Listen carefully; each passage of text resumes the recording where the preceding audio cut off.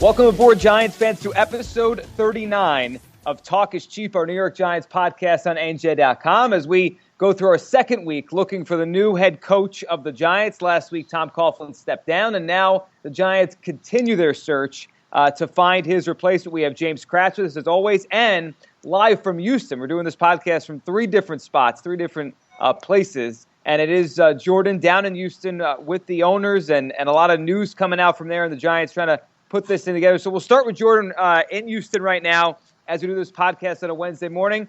Jordan, give us a little update and tell us how it's going down there. Things are going well down here in Houston. We got to speak to Steve Tisch. First time we talked to Steve Tisch in a long time. He didn't even speak at the Tom Coughlin farewell. So he gave us a little update. He thinks that the head coaching search could end by the end of the week. Might be a little optimistic on the timeline there, because the way the Giants are going to do it is they're going to do all their interviews. They're going to finish. This is how John Mara explained it last week. They're going to have a second round, and that second round that's when they introduce them to the Tisches, because Steve says he's been talking to Jerry Reese daily and getting updates daily, but it doesn't mean he's actually met the candidates. He hasn't met with any of the candidates yet. So he does get involved. Look, he's not involved that much in the day-to-day, but when it comes to the head coaching search, he's involved there. So he said they pretty much, everyone kind of has their favorites at this point. They know what they're, which guys they like. And the fact that he said end of the week, it gives you the impression that, hey, the field that is there right now, that's pretty much going to be this field of candidates. So that's what the Giants are going to choose from.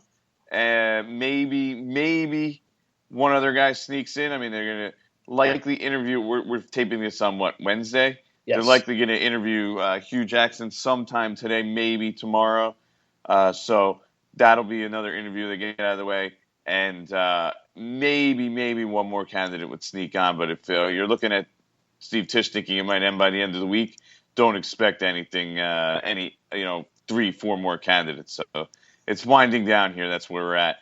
And on the Eagles side, I mean, we have, or not the Eagles side, the Eagles side, but, former Giants coaching side, we have Tom Coughlin. And Tom Coughlin, Steve Tisch offered this up when asked about, hey, what's it like to hear about Tom Coughlin interviewing with the Eagles? And he said, Jeffrey Lurie said to him that the interview went very well. So that's an interesting to hear that it went very well, but I'm not sure what exactly to make of that at this point, but it is what it is. And the Giants are going to let Tom Coughlin go to whatever team they want. The compensation part of it, that was a miscommunication. At first, I thought he said he shook his head no to saying there wouldn't be compensation in regards of draft pick or anything exchanged, but that was clarified and said that wasn't exactly what he was intending to say. He didn't think that was what the question was. So that's where we stand right now from Houston. And the coaching search goes back on. John Mara is back at home now.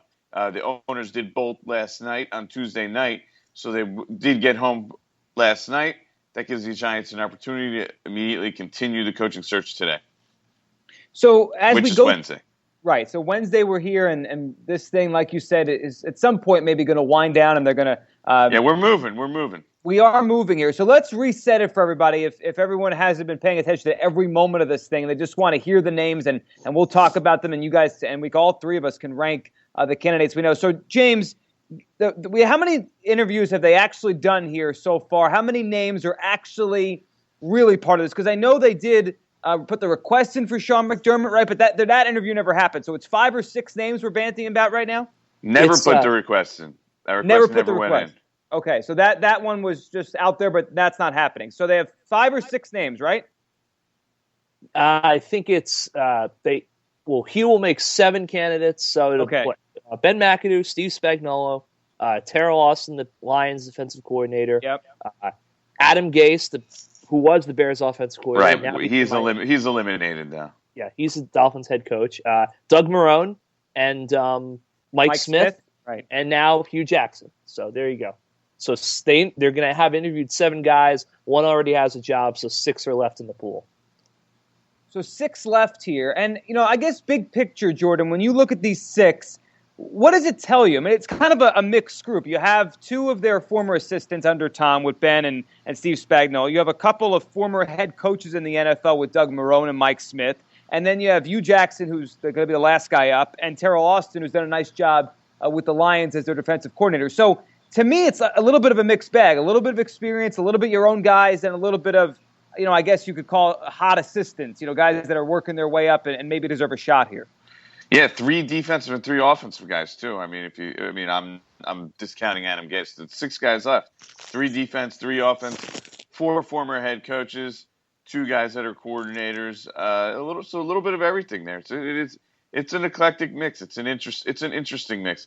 Not what you were expecting when you were thinking about a Giants head coaching search here, though. I mean, I at least not what I was expecting. I thought maybe we'd get some bigger names, and they have never materialized. I'm sure they put the bait out there. They put the lines out there. It just appears that they've never materialized. The David Shaws of the world, even Brian Kelly. People bring up Nick Saban or Bill Cowher, those kind of guys. We haven't seen any of those guys really seriously in this mix, and it doesn't appear like they're going to be either, at least from now. It doesn't. James, for you, do you think there's any chance anyone else jumps in, whether they're these big names or maybe some of these coordinators that are on the playoff teams coming up this weekend? We know the Patriots guys basically, they've been quiet here. Do you think anyone else jumps into this, or is this our group? I get the feeling this is the group. I mean, I would think it'd be more likely that you would have like a big college name suddenly say, wait a minute, I'm interested, more than those coordinators that are on the teams that are in the playoffs now, especially the Patriots guys. You'd have to wait till it seems to be up in the air. I'm not sure. Some people say they could interview them during the week between the conference title games and the Super Bowl. But the way I read the NFL rules, you've got to wait till after the Patriots are done, which could be, second week in February. So, I mean, if Steve Tisch thinks this is going to wrap up by the end of the week, even if that's maybe an optimistic goal, I don't think the Giants are going to wait until, February or whatever, just to meet a guy for the first time. Well, you can meet a guy. I believe the rule is the week between the Super Bowl and the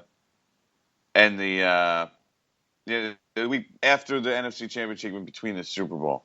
Yeah, but you can't hire, right? You couldn't hire until yeah, but you can't hire. So I think Dan Quinn last year. I think he wasn't officially hired, but it was kind of known that it was a done deal beforehand. Right. So that would put a pause on this if it was, for any of these teams that want to hire one of these coaches, that are still in the postseason until they're out. So as we sit here now on this Wednesday morning, Jordan, you're in Houston, James, you're here, and everyone listening is trying to figure out where the Giants go next. What's the feeling that you guys are getting? I mean, you give me your opinion on it, but then the feeling just based on what you've heard out of these interviews. There's always those rumors that come out, or like you talked about, Jordan, with the Eagles, an actual quote from someone saying Tom Coughlin's interview went well down in Philadelphia. I mean, none of us are in the room with these guys, but you kind of get a feeling afterwards. What feeling are you getting about how these candidates have done in these interviews? I mean, McAdoo feels like a name everyone keeps putting near the top of this. Who's done well from what you've heard? Yeah, I'm not so sure I would put McAdoo at the very top of this list. From everything that I hear and when I talk to people, there just seems to be a little bit of a hesitation that maybe he's not ready yet. So I'm not so sure he's at the top of that favorite list. I think right now the favorite list, and I'll put them in order of how I think the Giants have them right now. Today is Wednesday. I'll put that out there sometime today. I think that the top 2 guys right now, with the candidates that are out there, are Doug Marrone and Hue Jackson. I think those are the 2 guys. I mean, Hue Jackson we'll see because he hasn't had his interview yet. But I think Doug Marrone is a guy that they really like as a coach. There's a little bit of a reservation because of some of the stuff in the past with him.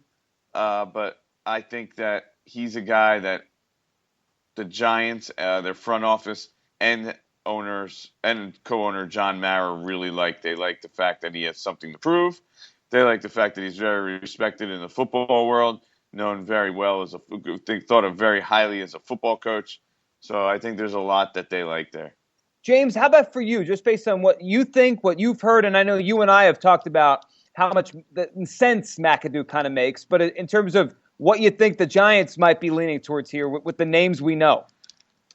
I agree with Jordan. I think that I would be stunned if the hire is not from that group of three: McAdoo, Marrone, and Hue Jackson. I think Hue Jackson's really kind of a fascinating candidate, and I think it would be really intriguing to see, not only how what the word is after his interview, but can the Giants? It seems like there's going to be a kind of a bidding war for Hue. It seems like the Browns are pretty intent on trying to secure his services, and obviously, we all know the Giants' job has much more, benefits than necessarily the Browns' job does. But, being a head coach in the NFL is being a head coach in the NFL, and if the Browns, offer personnel control, which they're reportedly willing to do to some extent, the Giants are obviously not going to give Hue Jackson personnel control beyond what normal head coaches might have.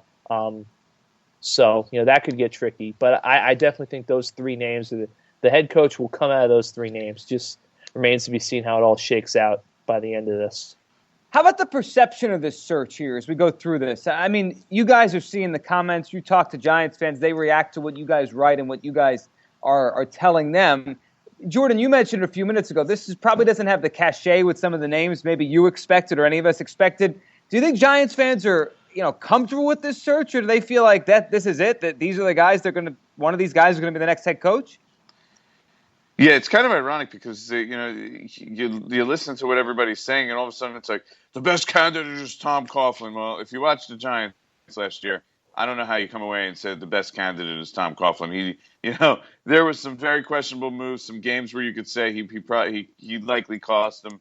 The Giants got rid of him because they wanted to get rid of him. I know he stepped down because they didn't think he did a great job last year. They thought that he made some key mistakes that cost them games.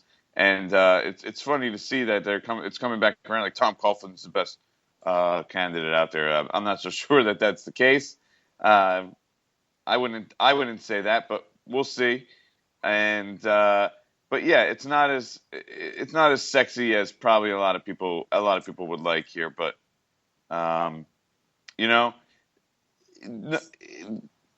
it's tough when you do a coaching search because the perception is going to change real quick the second they hire someone. Everyone's going to get on board with it because until you see that person as a head coach, you're usually fine with it, and you're optimistic that it'll turn out well. And so I think the perception will change really quickly when they do make a decision. You could find enough positives in anybody to say, oh, this is going to work out while their record is 0-0.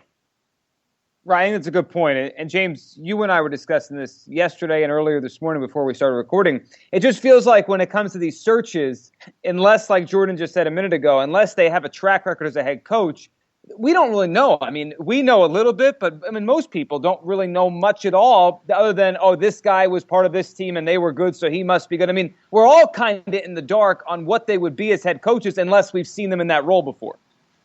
Yeah, I mean, I would say 99 out of 100, maybe even more, maybe better, larger odds, NFL head coaching searches ends up with a team hiring a coordinator who's never been a head coach before, or a guy who's been a head coach but he got fired someplace and there's some sort of baggage attached to him. I mean, if you think about it, like Tom Coughlin, were people complaining in 2004 saying Tom Coughlin, this isn't a big enough name?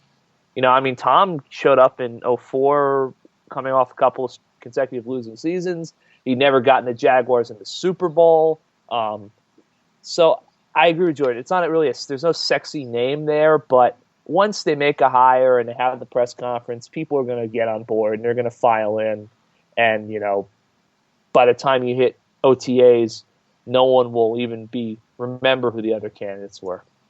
No, they won't, because they'll get on board or they won't, or they'll have an opinion on whoever the head coach is of the Giants. Let's go for a couple of minutes just on what's happening with Tom, because obviously Giants fans are paying attention to it and have an emotion and will for a while attach to Tom Coughlin.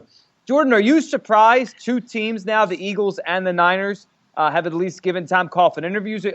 How do you feel about Tom now moving on, and if he does land one of these jobs, either Philadelphia or San Francisco?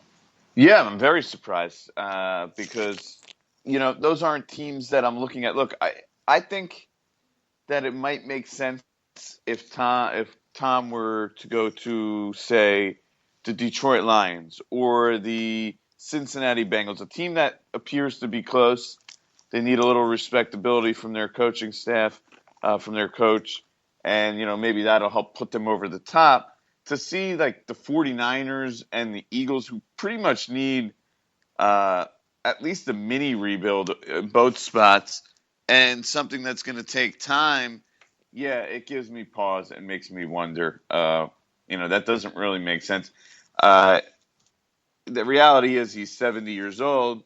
You want a head coach. Personally, I want a head coach if I'm hiring. Say, okay, I'm going to hire this guy for 10 years. This is going to be my coach for the long term. And I don't really know you could. I'm pretty sure you can't say that about Tom Coughlin. I really don't think he's going to be your coach in 10 years at 80 years old. Seems unrealistic. I don't either. Yeah, that's even if you're being optimistic. I mean, maybe I guess teams that will hire him, if someone does, will say, the coaching cycle, it's not really that anymore, and we want some stability. However they'll spin it, but yeah, even if you think Tom still has years left in him, 10 years seems like that seems like a real stretch here. James, how about you? Yeah, if you say 4 or 5, I think we could all we can buy that. It's not out of this world ridiculous, but if that's the max for your head coach, it seems like a strange hire to me. Like, I got a head coach who has at most it's going to last 5 years. Is that weird to anybody here, or is that just me? No, it's weird in theory to me. Like, I guess in reality, that's kind of how long coaches last. But like you're saying, the theory or the hope would be you find that next Tom Coughlin, and he at this point can't be that next Tom Coughlin. What do you think about this, James? I mean, I agree with Jordan. Like, obviously, look, the Bengals are not going to get rid of Marvin Lewis, and Bengals owner Mike Brown wouldn't even do this to begin with. But, if I were owner of the Bengals and I decided I didn't think Marvin was the answer anymore, and I basically said, okay, we got a team. Tom, come here for 3 years. We want to win one Super Bowl, and then we don't care what else.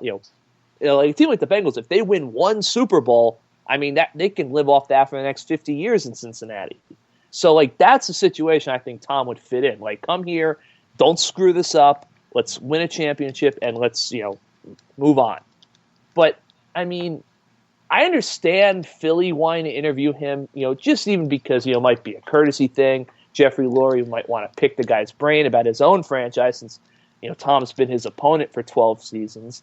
And I understand that, the ties with Trent Baalke and Bill Parcells in San Francisco, but I just don't see how hiring Tom is an effective way to build toward the future franchise, especially a franchise like the Eagles or the Niners that have to rebuild. And, it was a report in the Miami Herald that the Dolphins, as Jordan said, the Dolphins considered Tom at the beginning and said, he's 69 years old and he didn't do a very good job with the Giants, so we're going to pass. So I am surprised Tom has gotten 2 interviews. But at the same time, I'm not surprised because we've said that the candidate pool out there just isn't very deep. But I agree with Jordan. I don't really think that he's necessarily a guy that would be on the top of my list if I were hiring a head coach. Yeah, he almost feels more like a bridge than he does a foundation. Feels like a bridge to whatever you do next than he does, the foundation to your franchise, like he became for the Giants, 12 years ago. Exactly. And hey, I want a ceiling. I want a huge ceiling. I want a guy who I could see being the next, Chuck Noll or Don Shula. I want a guy who I could see, or Tom Landry, who I could.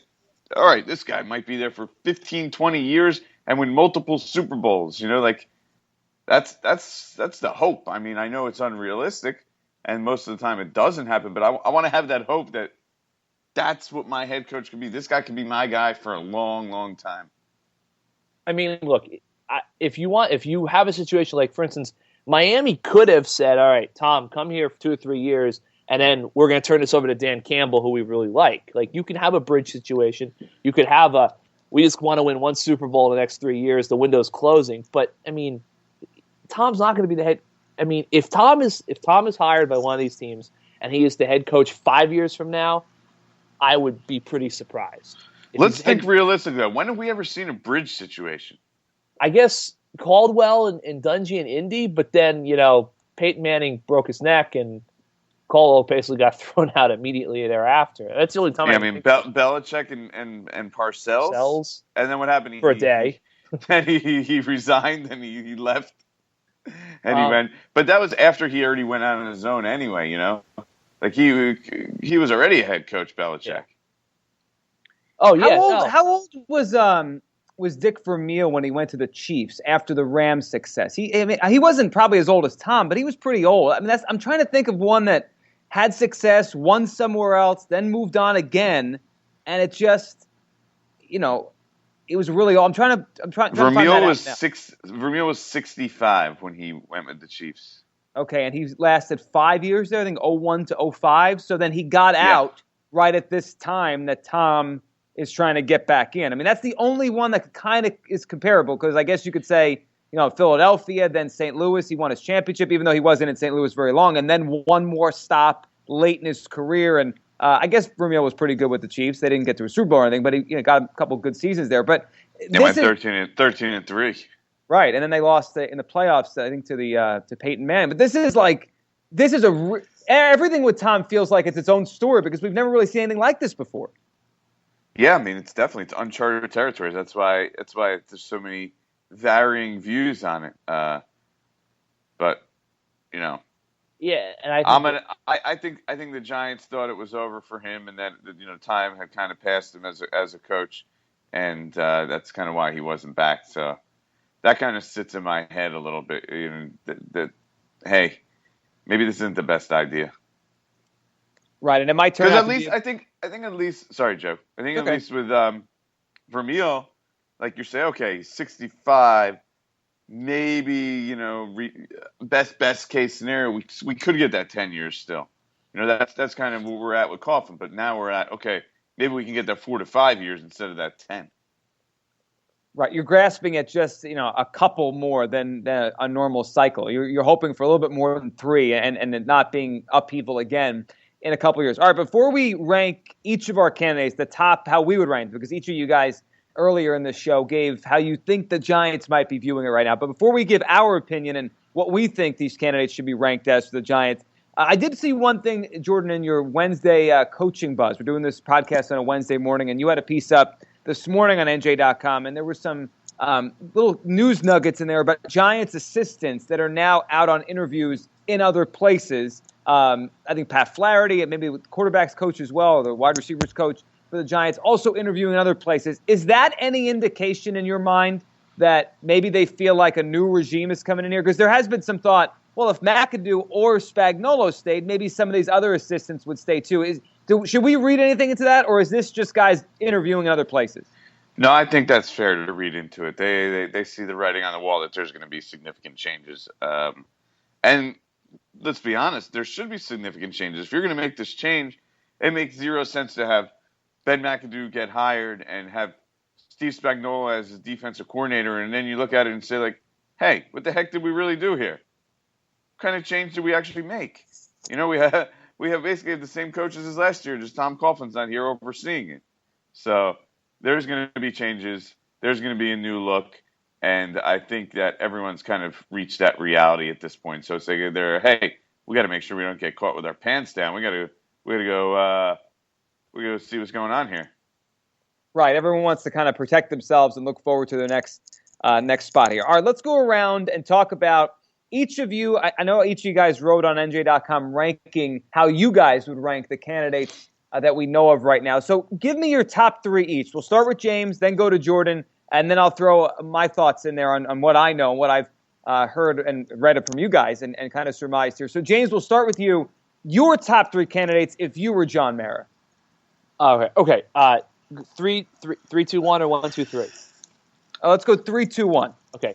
Number 3, I would put Doug Marrone. I know last week when we were on the podcast and we did the yay or nay, I said nay about Marrone. After learning a little bit more about him, I get the feeling that he is the guy who he could be a really, really good, maybe great head coach the second time around. He also could have the same things that happened in Buffalo happen, and it could be a mess. But I definitely think he's a guy who checks all the boxes for the Giants, and he would be a guy who there would be some criticism if you first hired him. There'd be some hesitation, some trepidation, but he's a guy who could end up being a home run hire the second time around. Number 2, I got Hue Jackson. All indication he's a great coach. He seems to be a great communicator with his players. He seems like he'd be a really fun guy to cover. From seeing him from afar, really outgoing personality. I think that would be kind of interesting to see how, as we said last week, Tom had a big personality, but he wasn't necessarily a big personality in front of the cameras. I think it'd be fascinating to see what he was a really outgoing guy.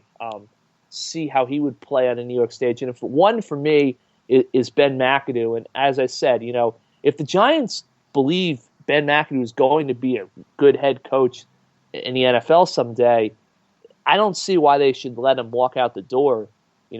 Maybe as Jordan said, he might not be 100% ready, but I think the Giants, they're looking long term. They're a patient organization. If they have to deal with some growing pains, then deal with them. If you truly believe that McAdoo is going to be successful in this league as a head coach, then take a chance on him. That's just the way I look at it. I would too when it comes to McAdoo. If you really believe in that guy, I mean, it's hard to let him walk out the door, especially if he does find himself maybe down in Philadelphia or somewhere else that could come back to haunt them. Jordan, how about you? How would you rank your top 3 for this job based on what we know right now? Yeah, I mean, I'll start at the top because that's what we're talking about. I would go number 1 with Ben McAdoo. That would be my choice for the number 1 guy for the Giants. I like the way I just like his demeanor. I like the way he could stand there and guys can believe in him and guys. I agree, in a perfect world, we'd like to have him another year or 2 as a coordinator, but that's just not the option right now. So it is what it is. But I think if he's going to be a good head coach, and I do think he's eventually going to be a good head coach, then why not? Why not do it and just say, okay, let's make this bold move. Now, I say with this caveat because I think this is important. He needs to bring in all his own guys. Yeah, we need to shake up that staff. And there needs to be a different feel. We can't, like I said, you can't have Ben McAdoo and you can't have Steve Spagnuolo. You need a fresh start. Let him go out, hire his own staff, get some new guys, and that's where I would start. Number 2, I'm waffling between either Hue Jackson or Doug Marrone. I'm going to go with Hue Jackson here. I just think comes with a little less, I don't know, baggage isn't the right word, but a little fewer question marks in regards to personality. Doug Marrone, while I think maybe on the football, what I like about Doug Marrone is he's built up programs. He's a program builder. And I think that would make him perfect with the Giants. What gives me reservations is the fact that he's had his troubles in other places personality-wise, and those places are Buffalo and Syracuse, not New York. And it seems like unless he really learned from it, and I don't know that because we're not sitting there in interviews, unless he really, really learned from it and has changed the way he's going to approach stuff, there could be some personality conflicts at some point along the way here. And that kind of scares me with Marrone. Hue Jackson, I think everyone respects him as a football mind. A lot of people seem to like him. The players that all played for him, all pretty much, all that I know of respected him. So to me, a lot to like with Hue Jackson. He'd be my number 2, Doug Marrone number 3. Just to be different, because I originally had the first 3 the same way you do. I feel like they're emerging as the top 3 names that we keep talking about here, and probably going to be the 3 finalists for McAdoo, Jackson, Marrone in some order. The one name that I am interested in and kind of intrigued by, just because he's been around so much winning, is Terrell Austin, the defensive coordinator of the Lions. I mean, you think about it. He was on a Seahawks coaching staff in 2006. They went to the Super Bowl. Cardinals when they played the Steelers in the Super Bowl. And then the Ravens just a couple years ago when they won the Super Bowl. He's been around a lot of winning. I thought 2 years ago now with the Lions when they actually had some really good defensive talent with Sue still there. That was a good defense. They went backwards when he left, and the defense wasn't the same this past year. But I'm intrigued by him just as a candidate here. Not sure how high he is in this ranking. So those are the names that we've been talking about. And like you mentioned at the beginning of this show, Jordan, if the Giants name a coach sooner than later, it probably wouldn't surprise Steve Tisch. Let's throw out guesses before we end this episode here. Will we be doing one more episode of Talk is Cheap before the Giants hire a coach, or will our next episode be reacting to the hire of blank? I'm going to say reacting. I think we are coming down to the home stretch here, and there's going to be something unfolding within the next less than a week, sometime less than a week. So it'll be right around that time, the beginning of next week, when I think we're going to hear about the new Giants head coach. James, how about you? Our next podcast will be a reaction or what's going on here podcast? I think it'll be a reaction podcast. I agree with Jordan. I mean, I don't think they're going to have a press conference on Friday, but I would think that early next week at some point they'll have this thing wrapped up. All right. So I'm hoping that is, so we can react to it and the Giants can figure out what they're doing, and we can move forward in this offseason and talk about a new head coach of the Giants. And who knows, maybe we'll also be reacting to Tom Coughlin signing on with the Eagles or the Niners or who knows. It's going to be a wild week here. Jordan, get back safe from Houston, and we'll see you here next week, all right? Thanks, Joe. Sounds good. Thanks for having me. Of course. Thanks, James. No problem, Joe. Thank you. And thanks to all of you for listening to episode 39 of Talk is Cheap. Make sure to subscribe on iTunes and on Stitcher. Follow us on Twitter, react, tell us what you want us to talk about, and give us some feedback on the show as well. This has been episode 39 of Talk is Cheap.